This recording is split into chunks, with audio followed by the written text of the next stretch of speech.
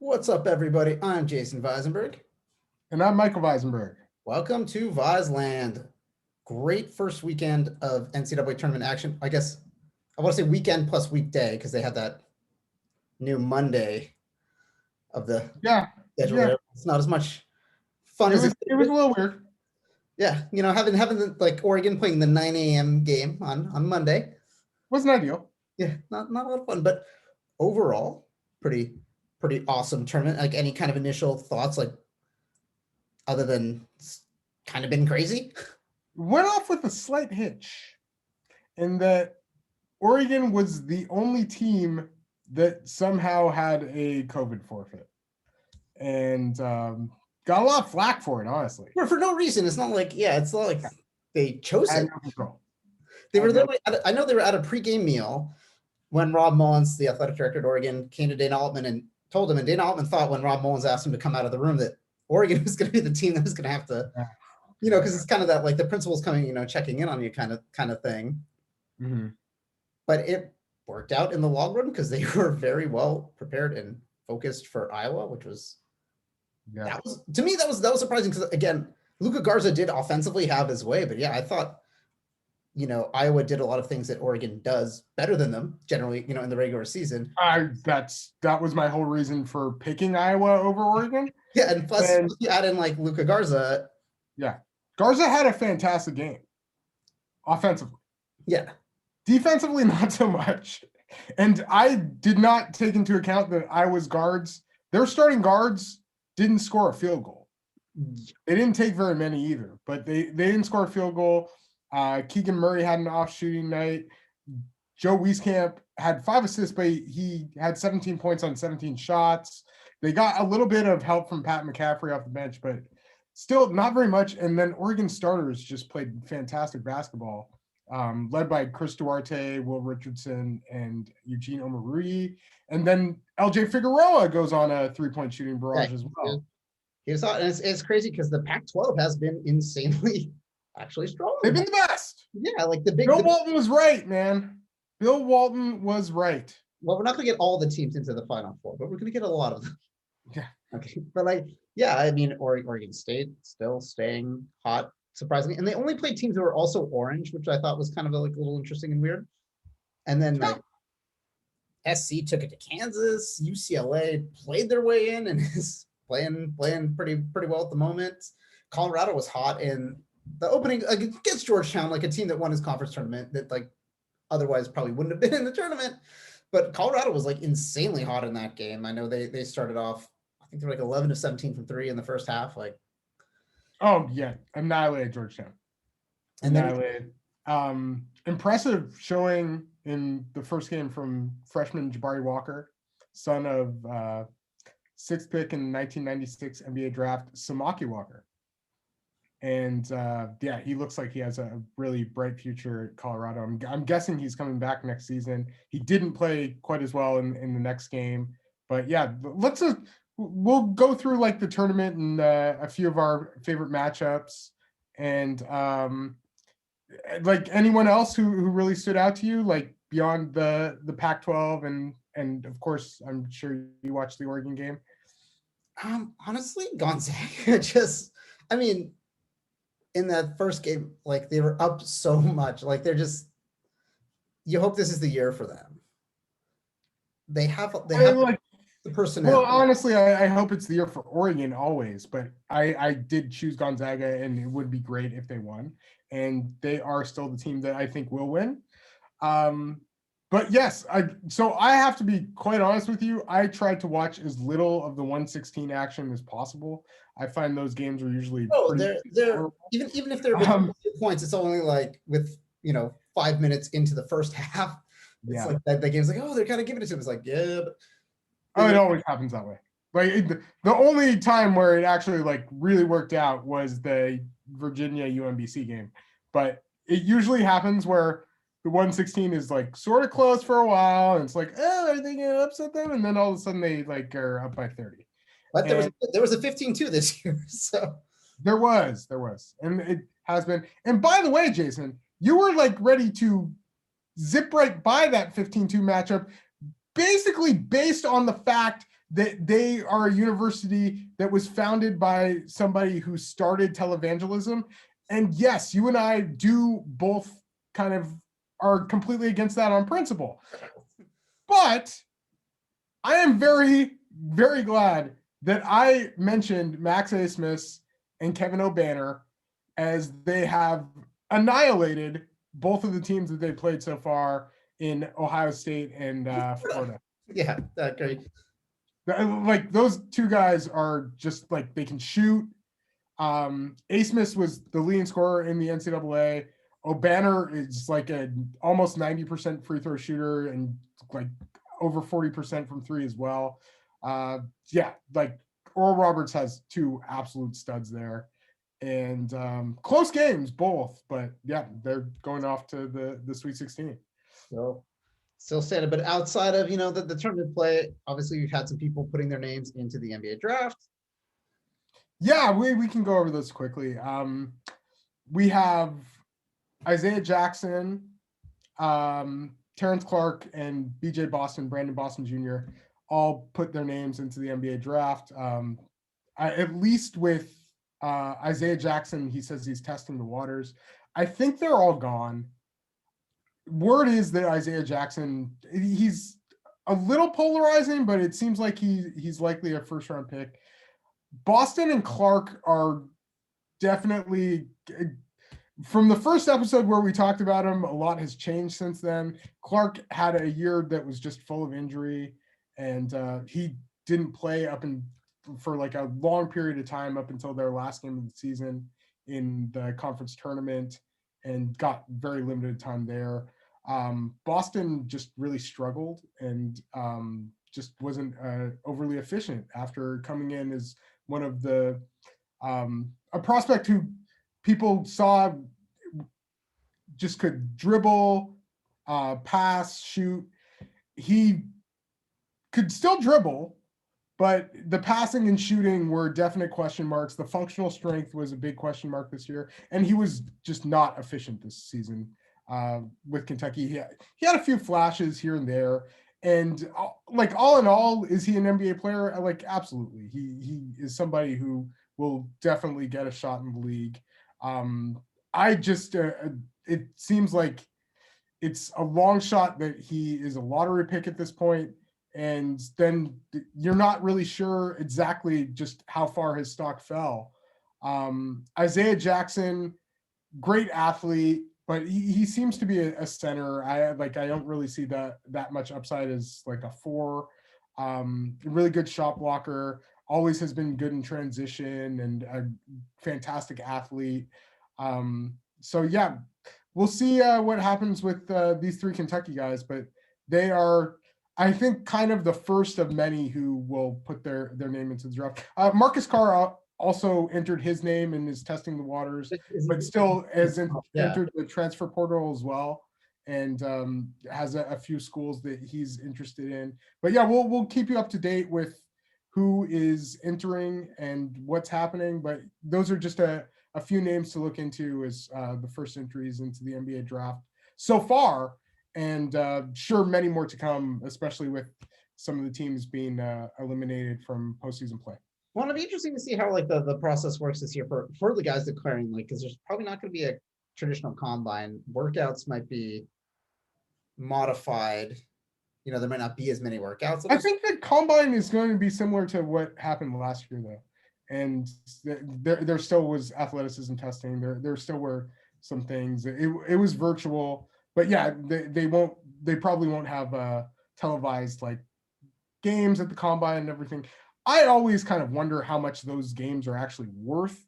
And I know one year like Kyle Kuzma did really well and sat out like the second game, and he still ended up going like 28th in the draft.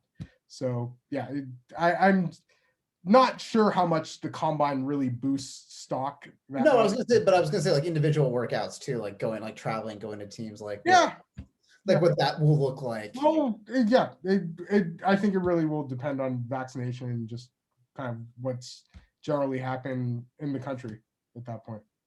And I believe the draft is set for somewhere close to the end of July, I think. Like as soon as the season's over, which will be close to the end of July. So yeah, that seems to be the tentative spot for the draft at this point. And then of course, this year seniors need to declare for the draft as well. So the like early entry list and the entry list is going to be very, very crazy. But yeah, just a few little draft tidbits, and look out for a Viseland mock draft update in the next little while, maybe next week. Yeah, we're getting some good sample. With that being said, let's jump into what we are going to be doing, what we're talking about. We are going to be breaking down the Sweet 16, a little bit of what's been going on, and we're going to make picks. Yes. Jason's going to pick. I'm going to pick. My brother did something unbeknownst to me until too late. He did not make a bracket.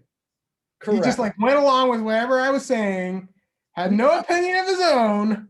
I've gone through the bracket. I had a tough time this year actually wanting to I didn't really have a group to join, first of all. Like there wasn't really. You don't need a group. ESPN group. But then second of all, I could have gotten you a group. You don't need a group, though. And then I get conflicted with the Ducks. Because if I put the Ducks in and I put them to lose, like just choose them winning. Odds are, but then it's like then I never end up winning because then sometimes I do. I don't know. It's just what if this year's the year, Jace? What if this year's the year? I will be beyond excited and thrilled because it's been the year for them ever since they started kind of making the tournament in the early 2000s. So yeah, doesn't mean I didn't watch enough of the tournament and have some vested interest. I just did not go and click the submit button, but I've gone through it and I definitely watched a good. That's called not making a bracket. I know I like not clicking the submit button is called not making it. You were one of the 93 people that had a completely failing bracket. Yeah, which again after the first day. Yeah, like you couldn't pick a 116. Like there's not one game you got right. Yeah, that's like special. Because that requires you like choosing a 15-2 and also like going with the 116. But like sometimes choosing the 116 right, like that's crazy. That's crazy. Yeah, there were 93 people on ESPN with imperfect brackets. Not a single answer. But we got the Sweet 16. What game do you want to start it off with? What is there a specific region you're thinking? I guess we can go from the West. Whatever order you'd like. Yeah, perfect. Cool. I am starting off in the Viseland region, the West. Yeah, we'll start with the West. So you do have Oregon going against SC. We're starting off with the lower seed one. Okay. No, we got to start it off with this because again, we've been talking up the Ducks. Yeah. Talking up Pac-12. Yeah. So let's talk about how both teams got here. So USC beats Drake pretty handily, and then annihilates Kansas. Yeah. And Kansas actually, so David McCormick came back for Kansas. Not surprisingly, the Mobley's faster and did better than he did. Even Jalen Wilson got some playing time. I'm guessing he wasn't himself, but yeah, the whole talk of Kansas not having everybody seemed to be a little overblown. And yeah, they generally had their full squad with them. Maybe not in the best of health, I guess. But yeah, USC just really, really took it to them. Like, and the guy who played well for them in both games was actually Isaiah Mobley as well. And but yeah, the defensive anchor still Evan Mobley. In the game against Kansas, had 10 points, 3 blocks, 13 rebounds, and 5 assists. Isaiah Mobley in that game, 17 points, 4 assists, and 8 rebounds. And yeah, just a really good showing from that front court. Jason, you and I know the history of USC versus Oregon.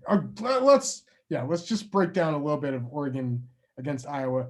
So as we mentioned earlier, Oregon did not have a first game. It was an unfortunate forfeit because I think they put it on the tickers that was like 1-0, so it did look like, you know, it was a soccer score. yeah, it was a Chris Duarte free throw that somehow won the game. Luka Garza, fantastic game against Oregon, but just a tremendous effort from our starting lineup. I would like I know this is definitely a overstatement, but Oregon seemed to have more dunks in that game than they had the whole season. Iowa defense seemed to part in the middle like the Red Sea at times. And yeah, we got dunks in the half court. We had a 3-on-0 where Eugenio Marie had a throwdown. It was a good game for a lot of guys. Yeah. Frank Kepman came in, got a couple nice blocks on the dunk. Yeah. And yeah, so Chris Duarte, of course, leading the way. Will Richardson had by far, I would say, his best game of the season. And he actually played the entire game as well. 19 points, 7 assists, 6 rebounds. Chris Duarte with 23 points, 7 assists. LJ Figueroa with 21. Eugenio Marie with 17 points and 5 assists. Yeah, it was a tremendous team effort by a program that starts everybody over 21 years old. So they have the experience going on there. I was definitely afraid of foul trouble because Eugene had seemed to be getting into it a lot. And luckily, there was a little bit with LJ Figueroa and Eugenio Marie, who were playing pretty much the big spot for Oregon at times. And it luckily was not crippling, and they stayed in for a majority of the game. So yeah, just tremendous from Oregon. And they were giant killers, really. Yeah, even with Luka Garza scoring 36 points on tremendous efficiency. We know that when they did play USC, it wasn't great. No, it was this. And by the way, just the reference between what the USC game was, they lost 72-58. Against Iowa, they put up 95-80, second highest scoring output of the tournament. Only Gonzaga in the first round, as a 1 against the 16, they put up 98. So the Ducks were really pushing a pretty strong tempo and keeping that up, which is something that's great. But USC also put up 85 against Kansas. Oh, totally. Oh, I'm not saying that that's a. They're pushing it too. Yeah, I'm happy. Like, as far as a Duck fan, like, I'm kind of happy it's USC because at least there is some familiarity and some scouting that's already kind of been done. You're not starting from kind of the base of like, what is this team? What are they about? But Evan Mobley is terrifying. Yes. Yeah. He's a huge of the court. Huge matchup issue for Oregon. Taj Edey had a tremendous shooting performance against Oregon last time. Yeah, they have some players. Drew Peterson as well. Who are you choosing in this one, Jace? Of course, I'm choosing the Ducks. As stated, Evan Mobley is terrifying. I can't pick the Ducks. I'm hoping we get a little bit of what we got against Iowa again. That would be the ultimate hope. But I think either way, I think like the Ducks had been playing defensively like pretty well. Like Chris Duarte has had some strong games. When LJ can shoot like that, that's awesome because sometimes, you know, he doesn't shoot as much as he did in the Iowa game, but he was like shooting and making, which was doubly awesome. Mm-hmm. And then, sorry, someone's phone went off. And then Eugene in the post is like, I love his spin. I love that post spin. Again, Mobley is terrifying because he does it, but he's like, you wish he could do it, and he was like 7'2". Yeah. I'm going with Oregon also. I can't go against the Ducks. I did that, and I obviously screwed up big time. I have to go with Oregon against USC. And I just feel like they finally, like, I don't think it was the same Will Richardson last time.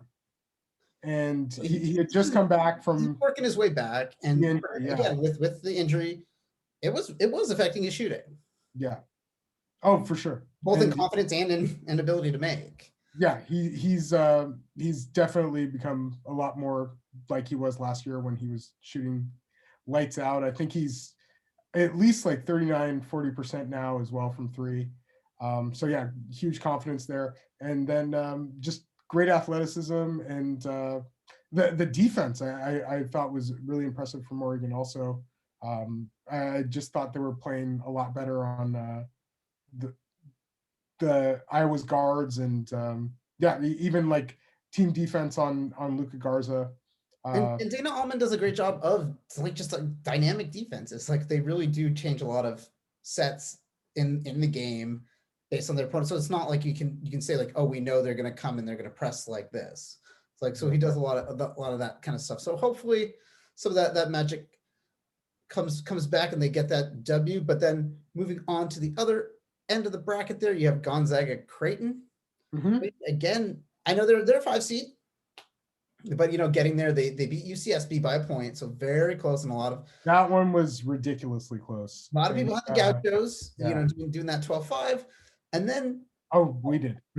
yeah, I mean, I thought they were going to do it, and hey, they were really close, but close only counts. Yeah, Amadou so miss, and yeah, he had a really good look.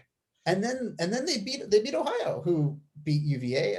They were 13, but they played Illinois to the wire. A lot of people had Ohio as kind of a buzzy team, and then obviously Gonzaga, we mentioned 98 points in the first round, and then they beat Oklahoma by 16. So Gonzaga is coming in pretty strong. Definitely. What are your thoughts on like who are you going with on this one? Because we picked Gonzaga earlier. Yeah. Any trepidations? I can't really have any. One thing I will say about Creighton is they also have like a really strong starting five, and yeah, just like a lot of upperclassmen there. Great athlete in Christian Bishop. Like nobody on their starting five is too tall either. A lot of shooting there. Also Marcus Zagorowski and Mitch Ballack, and then yeah, Damian Jefferson and Denzel Mahoney rounding it out. They even have like a freshman like Ryan Kalkbrenner off the bench, and he's kind of like their shot blocking presence. So yeah, there's some definite depth there, but yeah, I can't go against Gonzaga. Like what Drew Timme did to Oklahoma was just a masterclass in like how difficult he is to stop in the post. They still had one of the most efficient players in Corey Kispert. Jalen Suggs and Joel Ayayi are playing fantastic basketball as well. Yeah, Gonzaga has like this 6 deep that's just fantastic. Yeah, they have multiple guys that can have those games. Yeah, which is just super helpful at this time of year. But yeah, I'm also gonna roll with the Zags. And then as far as moving on to the next game there, when we're talking about this regional final, you got a Northwest matchup we're having here, Oregon Gonzaga. I'm going Gonzaga. Last time we played Gonzaga, did not work out very well for us, and it's one of those things where we're close. What are you talking about? But we didn't win. Sure enough, but it was close. But yeah, Gonzaga's favored. A lot of people always say about the Ducks, like, oh, why don't they beat Gonzaga? Like, why don't they book Gonzaga more? And like, oh, because they're really good. And like that's not how non-conference college basketball usually works. It was close, man. I'm fine with playing Gonzaga every year. It makes us look better even if we lose. Yeah, I mean it's a good game, but I mean obviously the way a lot of that stuff kind of works is very much like, hey, we want to win. I would also have to say I will think Gonzaga would win in this hypothetical, because again, I think playing those games on 1 day's rest, Ducks aren't super deep. Gonzaga is probably just gonna do what they do, and I don't want this like think Gonzaga. You gotta choose. Oh, I'm picking Gonzaga.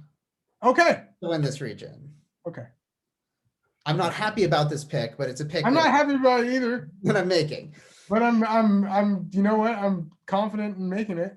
As a gambler, I would go with Gonzaga. And so you'll have Gonzaga coming out of the Western region, getting to the Final Four yet again. Mm-hmm. And then moving on, let me see what region we want to go with next. Want to do the East? Let's go for it. All right. Ready. What's up? Sorry, just East first four. Okay, sorry, just make sure it was right. So yeah, this is an interesting one as well because you have UCLA, who won their again. I wasn't thinking UCLA was going to win their playing. They go against BYU, who they beat Michigan State. Then they BYU. And BYU was close. I mean, close, quote unquote, close with Gonzaga in the West Coast Conference Finals till about 5 minutes left. But BYU usually very experienced teams.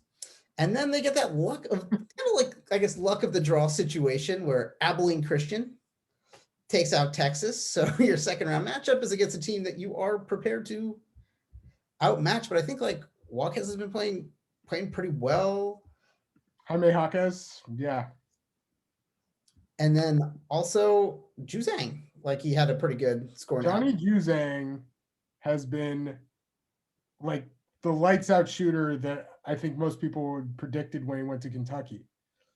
And yeah, he's been shooting really, really well. Just some offensive flurries coming from him. Juzang and Jaquez are leading the charge for them. Jules Bernard has had some nice moments as well. So yeah, 3 really good wings there. Tiger Campbell, of course, is always known for basically taking care of the ball, being that game manager.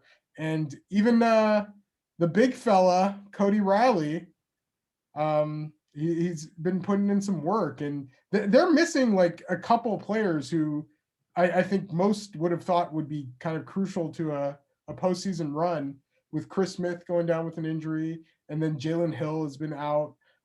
So yeah, it's a lot of guys stepping up there for UCLA. They've recruited really well in the LA area for a long time.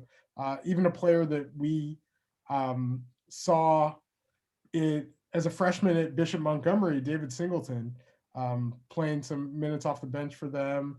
Jalen Clark getting in the game a little bit. Jake Kyman making some threes. So yeah, it's a real group effort for UCLA right now. No, it's good that they're back in the tournament for them because yeah, they haven't had a good run in a few years. But on the other end, they are going to go up against Alabama, beat Rick Pitino and Iona, and then they beat Maryland by like 19 points. So Alabama also 96. Also coming off a strong, SEC tournament.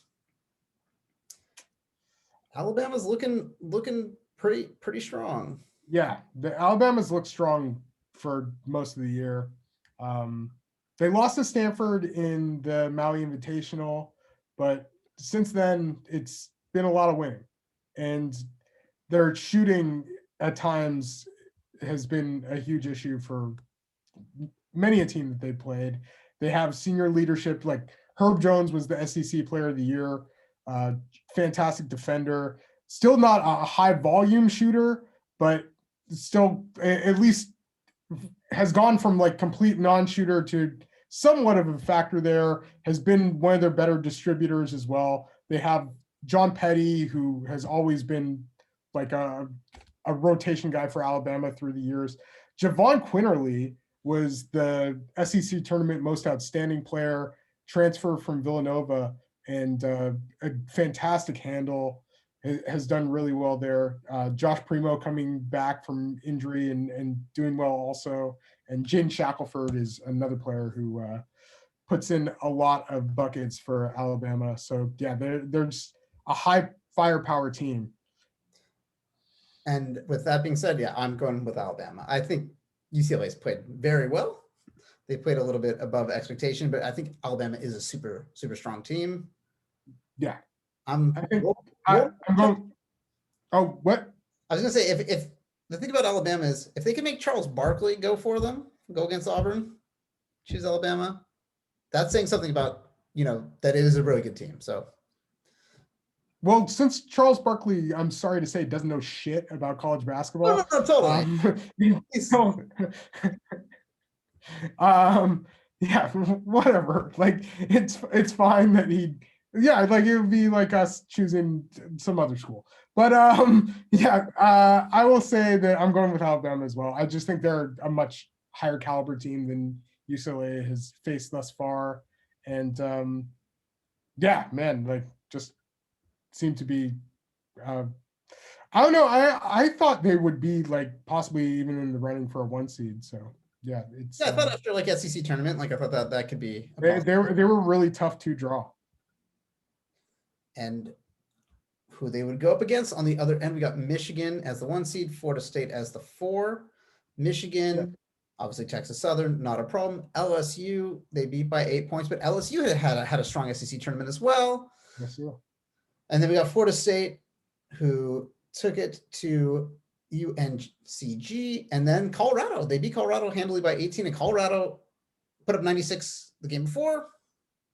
Against the 8th place team in the Big East. Big East, but was shooting how they normally don't. And McKinley, right, in his like 40th year of college, you had a little bit of confidence in Colorado as a strong team, especially they were the highest seeded team of the Pac-12, which I know the schedules were weird. Like not everyone played the same amount of games, but they were ranked, they got a higher seed than both Oregon and USC, who were the top 2 regular season teams. So kind of interesting there, but yeah, I know you're a Scotty Barnes guy, but are you taking the Seminoles? So yeah, Michigan still without Isaiah Livers, who was a crucial player for them this year. But yeah, still a great team. Hunter Dickinson, 2nd team All-American. Franz Wagner is looking like he's a legit, like he's most likely going to be somewhere in the lottery mid-first round. Should have been all Big Ten defensive selection. Great passer, has really improved as a shooter. I am going to take the Seminoles. Yeah, I'm going to go with Florida State. I just feel like they've got the size to match up with a guy like Dickinson. They've been shooting pretty well, and their defense has been really, really good. Scotty, in his 2 NCAA games so far, I think has only taken like 5 field goals, but still has that tremendous like court vision, passing, defense, and communication that has made him a real draft darling as well. So yeah, I'm sticking with the team that I had going to the Elite Eight originally. How about you? I am going to go opposite that. I'm going Michigan. I definitely think they're a very deep team. Juwan Howard, great coach. I really liked what he's done there. And so I think they can do it. They definitely can. But I'm going to be rooting against you the whole way. I know you will, but moving on, we got the final here. We got Michigan, we got Alabama. Or Florida State, Alabama, in my case. Or Florida State, Alabama, in whatever hypothetical situation. Yeah. Either way, all said and done, at the end of the day, who is coming away out of this region? I am taking Alabama. I think Alabama's going to do it. I think I can't believe I doubted them against Texas originally. But yeah, I think they really have the personnel to do it, and the shooting that I think will put them a step ahead of the others in this region. I will also say, I think again, Alabama is really clicking very well right now. No Isaiah Livers from Michigan, but also I just think they're both great teams. But yeah, I think Alabama is definitely just got the personnel, got the people to get it done, and are poised for a pretty good run this year. But moving on, we got our next region. We got the South. The South, we got 2 interesting matchups going on here. Mm-hmm. You got number 15, Oral Roberts, coming at you. How did they get here? They beat Ohio State by 3, which is like one of those for Ohio State. Yeah, it's a head scratcher. It's a tough one to handle. I didn't love Ohio State, and I had them losing that next round. But yeah, that was a tough one. Yeah, like so many opportunities for Ohio State, mind you, like so many. Oh yeah, close close game throughout. And then the next round, they get Florida again without Keontae Johnson, someone who unfortunately, was sidelined for this season very early. But again, still a team with some guys, some NBA firepower there. You're hoping, and again, they squeak out a 3-point victory. So here they are coming against Arkansas, took it to Colgate, and then had a close one against Texas Tech. But who are we going with? Who are you going to go with in this matchup here? Because I originally had Arkansas going to the Elite Eight, and I still will have them going there. Me too. I think, again, like Moses Moody, they're hopefully going to remember that they are that team, and that Oral Roberts. Yeah, the guy who has been playing really well for Arkansas through the first couple games is Justin Smith. He's just been like fantastic at the 4 for them, really athletic. I had played for Indiana before, but yeah, they had a couple nice transfers come in. Devontae Davis, also another really good freshman for them also. So yeah, they looking pretty good so far.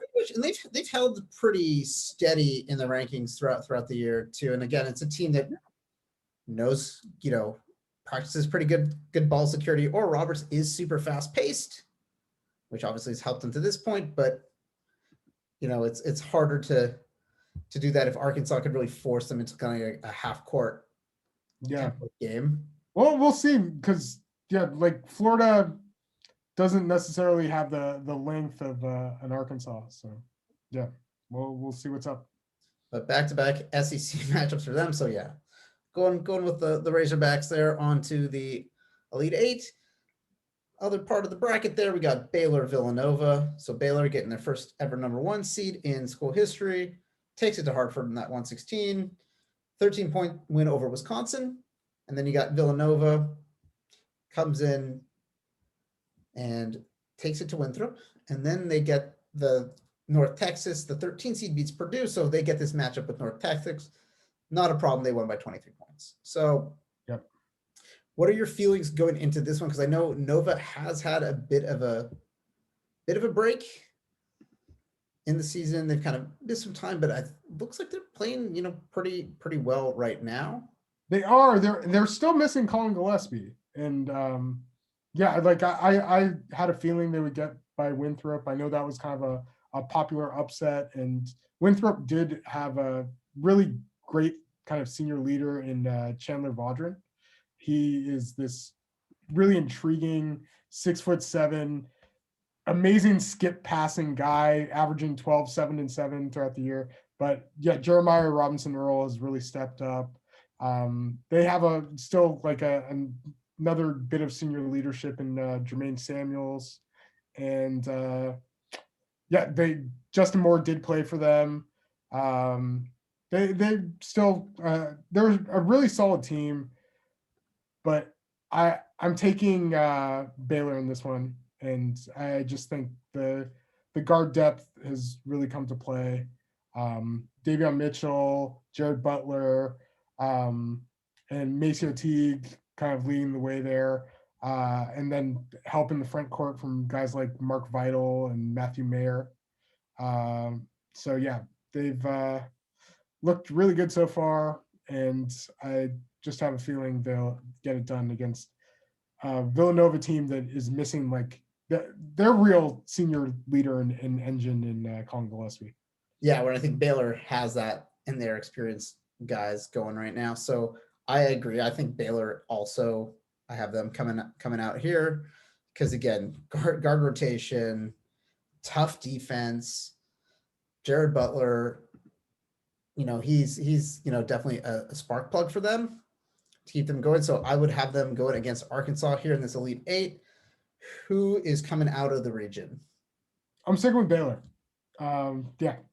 Just they're the only original Elite Eight that I have, and I'm just gonna stick with my choices there.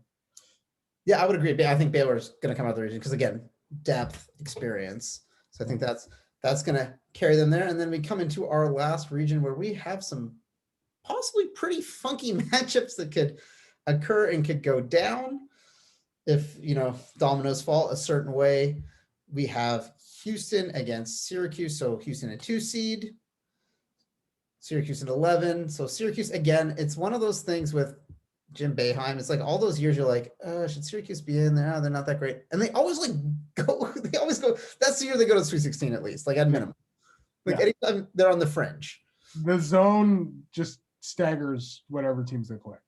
And they always get like these tremendous matchups for whatever reason too. And it's crazy because it's not like you don't see it coming. Like it's not like you're not planning for this defense. But Buddy Boeheim, coach's son, been shooting the rock pretty well there. But yeah, they kind of Syracuse pretty substantial win over a team that I'm pretty sure we picked. And generally, like I love San Diego State, so that was pretty shocking. And then they squeak out the 3-point victory over West Virginia. Houston, obviously 2-15 matchup, nothing there, but then they get a 3-point win over Rutgers, who had the exact same in both games, but close game, and like for Rutgers making their first tournament in a very, very long time. Yeah. Buddy Boeheim over his last 4 games has been averaging 28 points per game. You and I got to see him with City Rocks back in the day in EYBL, playing with Nas Carter, and the guy could shoot the hell out of the basketball. Like that was absolutely evident. He was a player. And he's been a player since coming to Syracuse, and this year their leading scorer as well. So yeah, he definitely is a guy. And Houston still, like, they have somebody in Quentin Grimes who has been one of the better players in college basketball this year, at least in the All-American conversation, either second team, third team. They have a couple other good guards, Marcus Sasser, Dejan Giroux. I really like Tremont Mark, their freshman point guard. And I have a feeling that it's going to be Houston coming out here. They had a very close call to Rutgers there. They're slower tempo team. Obviously their favorite, but you know what? I'm gonna go all in and just believe in some March Madness. I will go with the Cuse. Yeah, you're a terrible person. I know. It's I'm aware. But curse you, Jesus. There's something about it, like the whole thing. When you see him in March, it's nice. I like Houston, but again, I think the slower tempo team. I kind of want to see some chaos, I guess, ensue. Mm-hmm. Okay. And then at the other side of the bracket, there we have Oregon State and Loyola of Illinois. Crazy. Again, so this is where this bracket and this region could start getting pretty out of hand there. But Oregon State won the Pac-12 tournament, so that's how they got in. Because they weren't a team that was on that radar, not even on the bubble. Busts their way in, takes it to Tennessee, who again who's been a pretty strong team. They were strong, but as I had said, they had issues with their offense as well. I think I believed in the talent a little bit too much rather than the actual execution. Like chemistry, yeah. Which happens in college basketball sometimes. And then second round, they get Cade Cunningham, they get Oklahoma State, and 10-point victory there. They played some really good defense. And first off, Oklahoma State just had seemed to have substantial issues scoring the basketball at times. I felt like Cade Cunningham still had a pretty good game, but so did Ethan Thompson. Yeah, and Ethan Thompson lived at the free throw line. I want to highlight somebody who was like a 4-star recruit and was kind of almost an afterthought for them, but Maurice Kalu, who had a number of stops in his college journey, went to Huntington Prep, went to Oak Hill. He is from Ontario, and they described it as hilariously Windsor, Toronto, which I don't know how that works. Or 4-hour drive. Okay, yeah. Yeah, exactly. Like I guess we're from like Portland, Medford. So yeah, but he has been kind of like a real spark plug for them, and he scored 3 of their 6 3-pointers in the Oklahoma State game. Had 15 points all in the first half, I believe. And the other thing I'll point out about Oregon State is, yes, small sample size, obviously, but on the season they were shooting about 33 or so percent from 3. I think it's up to 35.6 now. Over the last 5 games, they're 42%. They're just flamethrowing. And Jared Lucas obviously has been a huge part there too. He's always somebody that you have to worry about. And then like even their bigs like Roman Silva, De'Aaron Tucker, they had a combined 8 blocks against Oklahoma State. And yeah, like they've been kind of beasting people, which is not something that you really expected. They've been unrecognizable from where. Yeah. But won 8 out of their last 9 games. Their only loss was to Oregon during that time, and then they beat Oregon in the conference tournament. So yeah, they really just flipped a switch, and I just can't believe how lights out they've been from long range. And they even did their little Hoosiers thing, where they were measuring the basket, putting that all over the internets. Don't get me started on that. Yeah. And so their opponent is going to be Loyola Illinois. Yes. A few years ago had a pretty great run. They beat Georgia Tech in their 8-9, but then they play the team in their own state. Not necessarily. I mean, I think Gonzaga might be the favorite, but Illinois is pretty close up there. Like a lot of people definitely have them, and they beat them pretty handily. They did. I think the one comment of criticism someone was saying is like with Illinois, it's like you're the number 1 seed. Losing to like a smaller school in your state, you shouldn't be pounding the floor on defense. Like you should be able to like theoretically dominate. Like that's not like the more hilarious comment I heard is that Kofi Coburn was pounding the floor on defense and then not playing any defense and let people run right by him.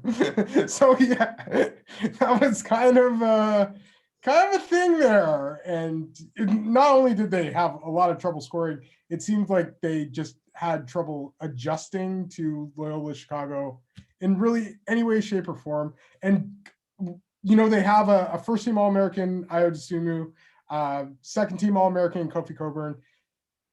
Loyola Chicago has a third-team All-American, Cameron Krutwig, who's been a 4-year starter for Loyola Chicago, fantastic college player, just really knows the game, and he picked them apart.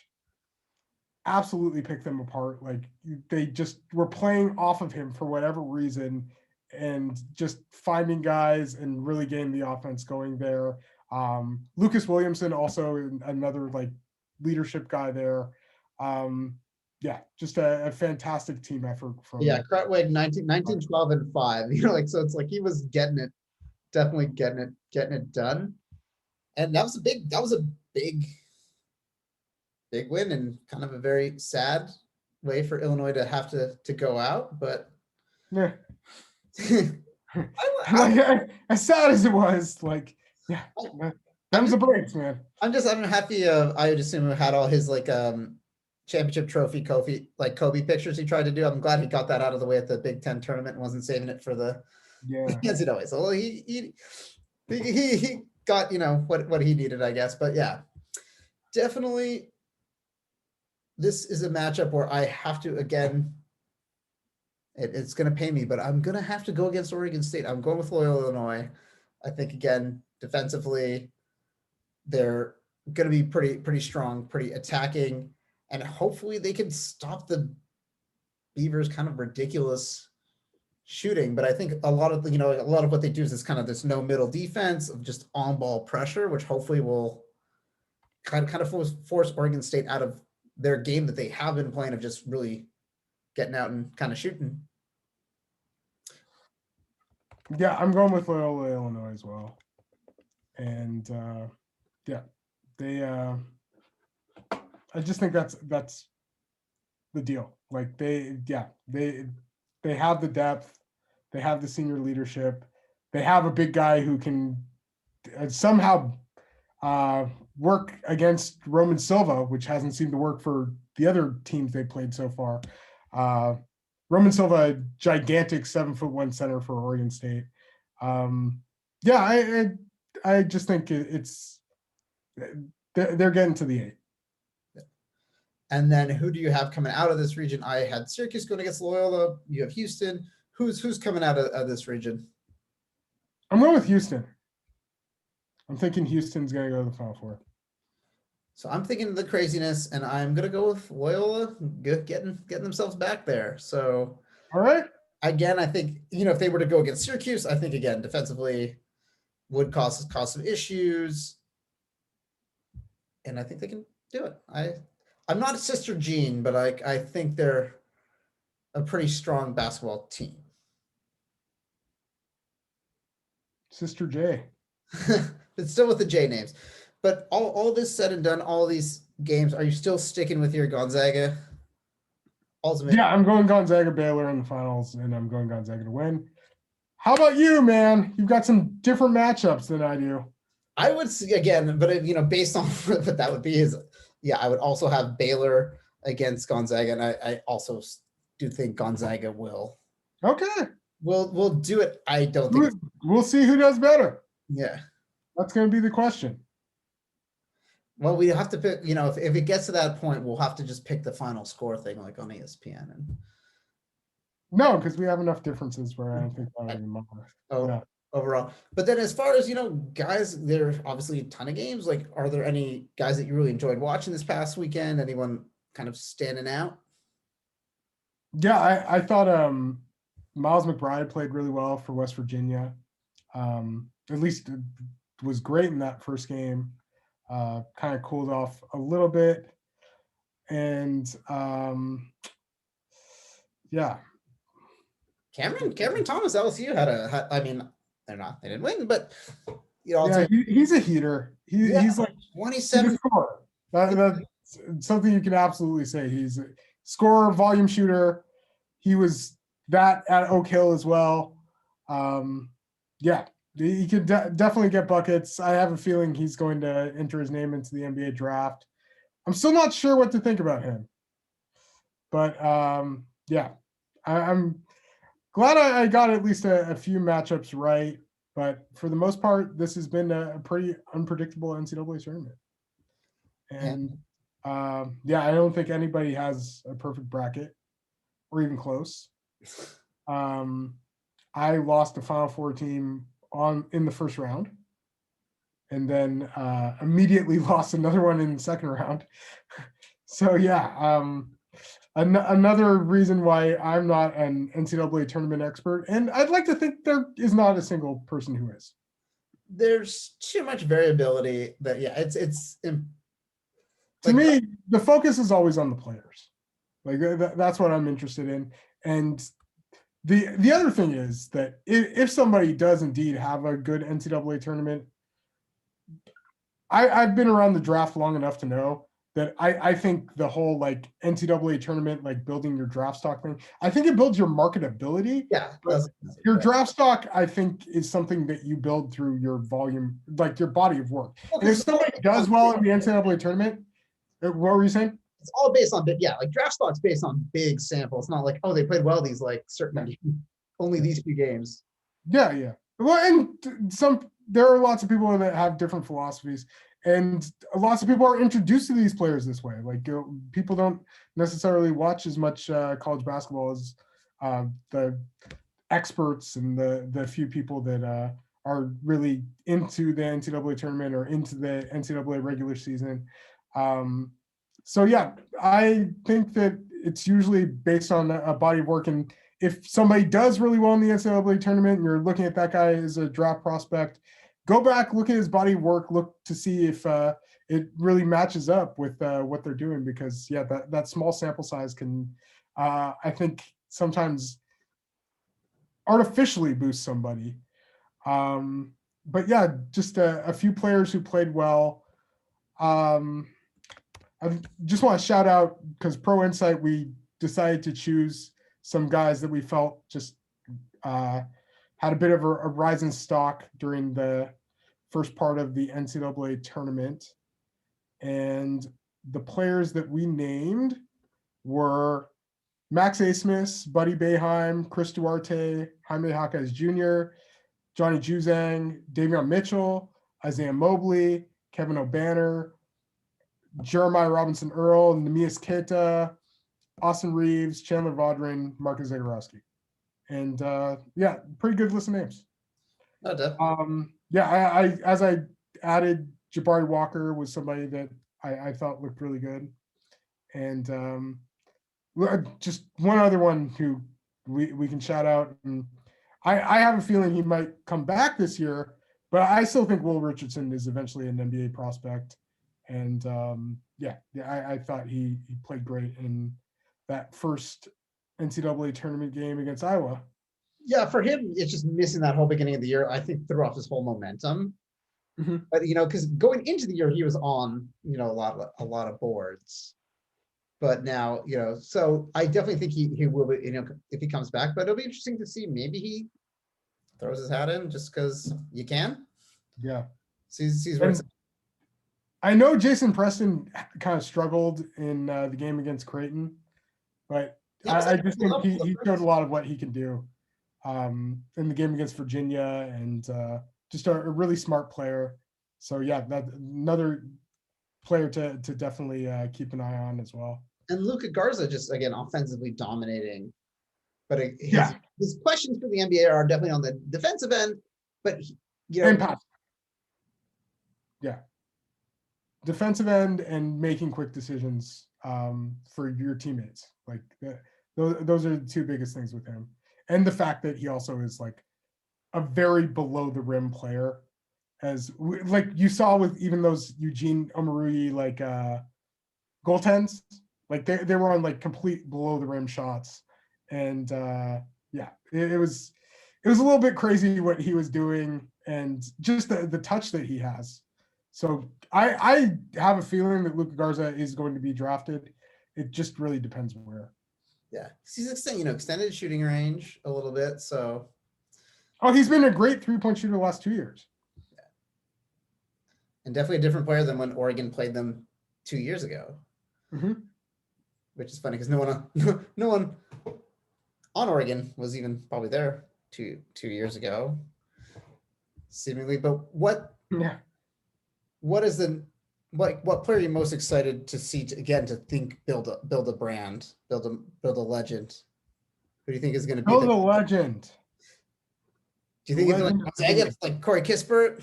Who's Drew Timmy's been looking fantastic lately. And yeah, I feel like Drew Timmy is going to be a big name for the rest of the NCAA tournament. Who else? Well, you got to think if Baylor. Baylor. I think Davion Mitchell's been kind of like the guy for them so far, even with somebody like first team All-American like Jared Butler. Davion Mitchell was, I think, kind of a consensus third team All-American, and a great defender, has just improved a great deal throughout this past season and the last little while with Baylor. Actually started off with Auburn and has just turned into, I think, a possible first round pick. Well, it'll be awesome to see again. We got a full slate of games this week. I think they're going with a Saturday, Sunday, Monday. Yeah. Oh, so no, yeah, Saturday, Sunday, Monday, Tuesday. And obviously Monday, Tuesday, since it's the Elite Eight, it'll be a little bit later. Yeah, luckily you can just have like the night game, which is exactly. And a couple of the highest left draft prospects. You have Evan Mobley, who has I can't say like lived up to billing or anything like that, but obviously has played very well through the first. He's gonna walk in as number 2 though, behind Cade. Oh yeah, well I think he's number 2 behind Cade, but I thought that for quite a while. And then also Moses Moody is left, and I think he would be probably the next highest rated player. Okay. Sorry, Jalen Suggs with Gonzaga would be the next highest rated player, and then Moses Moody after him with Arkansas.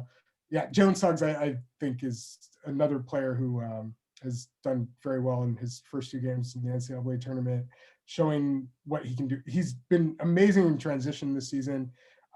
Shows that those great like passing flashes as well, and just has fantastic defensive instincts also.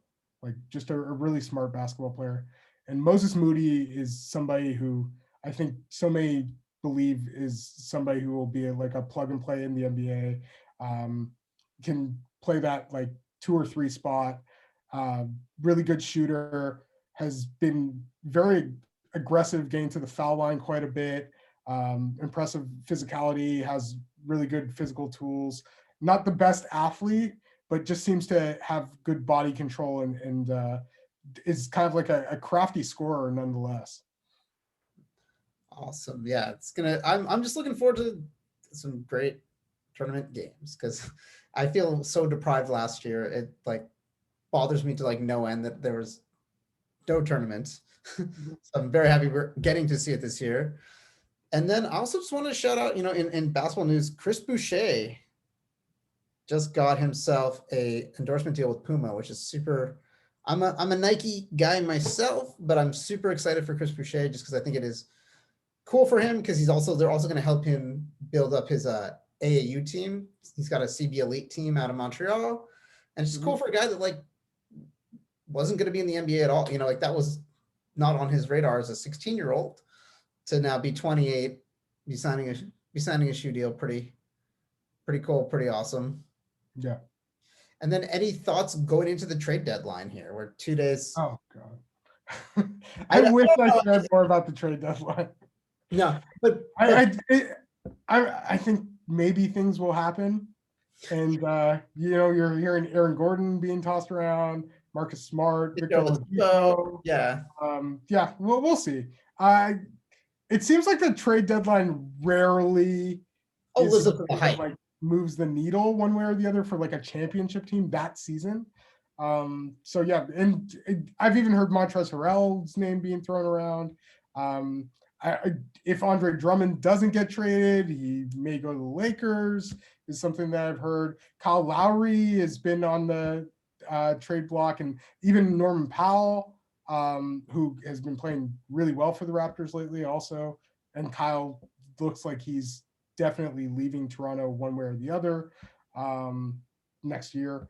So yeah, it'll be something to look for. And I know there are lots of trade deadline talk and shows the next few days. It's always something where I'm very much in a wait and see approach. I definitely don't need to watch a show on it. Tell me what happens. But Blake Griffin, at least like Blake Griffin's now in the lineup for Brooklyn. He didn't start. Yeah. He's out there. So that's happening. So yeah, we're at a very interesting point of the season. Yeah. One more thing. Just wanted to say rest in peace to Elgin Baylor, one of the great players of all time, and somebody that I always loved reading about and looking into NBA history and seeing like the amazing 1961-62 season he had. And he went to the NBA Finals 8 times. He was in the Army Reserve when he was having that season, like 48 games and like doing stuff. Yeah. He was averaging like 35 a game. Yeah. Or 38 a game, like something ridiculous. Yeah, he was, I think, a player well ahead of his time, and kind of like a precursor to Dr. J and Michael Jordan. And I know that Pro Insight's Matt McKay, his grandfather actually played college basketball with Elgin Baylor, and at Seattle University. So yeah, just wanted to say our condolences to Elgin Baylor's family and all those who loved him as a player in person. No, he's definitely worth it. Yeah, like definitely worth a look up. For sure. Want to see that? Those Lakers teams of that era, super. Oh man, the big three with Wilt, Jerry West, and Elgin Baylor. Elgin Baylor, unfortunately, like that last season he played, he didn't really play with that team. I think he still was considered like an NBA champion, but didn't play with really when they went to the playoffs in 1971-72. So yeah, I think it's technically an NBA champion, but mostly finished runner-up to those crazy Boston Celtics teams at the time. Yeah, and then any final thoughts, takeaways for the week? Have fun watching the tournament, people, and have fun watching the NBA. Some great basketball ahead. Also, Geico Nationals are coming up too. They're restarting the Geico National High School Tournament. That will take place March 31st. They have like a first four kind of deal there. And then from April 1st to April 3rd, they have the rest of the tournament. They'll have the quarterfinals, semifinals, and finals. And a few of the teams there, like Montverde Academy, IMG, Sunrise Christian, Wasatch, Arizona Compass Prep. I know Prolific Prep is in one of the first four games. Yeah, a lot of great players to watch there. And if you want to see some good players for the high school class of 2021, 2022, definitely tune into that tournament. Yeah, keep you on a lot of the ESPN channels. We're also getting closer to signing day, so you'll see some guys, undecided guys, and who signs and who does G League Elite. But that's our show, everybody. If you liked us both, you want to follow us both on social media, we are at Viseland. You want to follow me exclusively, I'm at Jay Visenberg. You want to follow Michael exclusively, he is at NBA Draft Mikey V. Spoiler, we're teasing a draft preview, so definitely stick around. Yes. But thank you guys so much for watching, viewing. If you love the show, definitely like, subscribe, leave us a comment. If you have any thoughts, feelings, you want to discuss basketball with us, viselandpod@gmail.com is a great way to do that. We are happy to chat. We love talking basketball. That's why we do this, and that's why we think you're listening to this. So definitely let us know. Happy to always talk it up. And yeah, stay tuned after you watch all these great games for a little bit of a draft preview coming your way. So take care, everybody, and we'll catch you next week.